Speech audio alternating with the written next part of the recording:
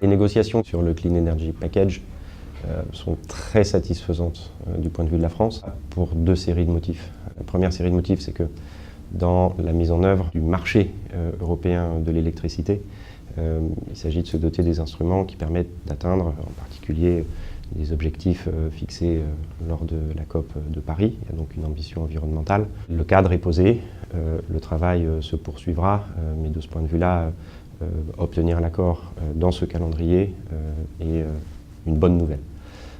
La deuxième série de motifs, c'est l'atteinte et la mise en œuvre de ce qui constitue les objectifs principaux de la réalisation de l'Union de l'énergie. D'une part, la construction d'un signal prix qui permette d'orienter la production énergétique européenne en direction des renouvelables et d'une moindre émission de gaz à effet de serre. D'autre part, une bonne prise en compte, une meilleure prise en compte du consommateur européen et aussi la sécurisation de l'approvisionnement par la mise en place d'un système européen stable et cohérent.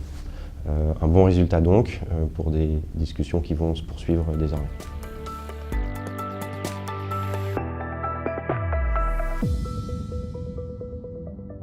Beaucoup a été fait. L'Union européenne a trouvé un accord récemment sur le texte ETS qui organise la réduction des émissions pour la grande industrie et la production d'énergie. C'est un pas dont on verra les effets à horizon 2024-2025.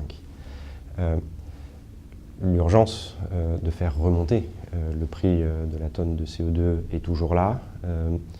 Des initiatives ont été prises récemment en marge du sommet de Paris +2, le 12 décembre dernier, avec la signature d'une déclaration des États volontaires pour progresser sur ce chemin. Toutes les initiatives législatives ou volontaires entre les États membres seront assurément soutenues par la France au sein de l'Union européenne et dans la négociation mondiale pour la lutte contre les changements climatiques.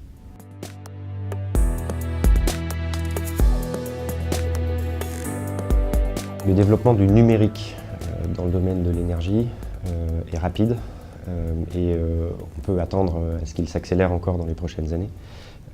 C'est le cas par exemple avec le développement des compteurs intelligents. La digitalisation de l'économie permet un meilleur réglage, une meilleure prise en compte, une plus grande finesse de la gestion des économies d'énergie ou des réglages dans les bâtiments, dans la production de l'énergie aussi. Il faut donc s'attendre à d'importants développements au sein de l'Union européenne qui par ailleurs pourront être des facteurs de croissance avec l'augmentation de l'utilisation des données.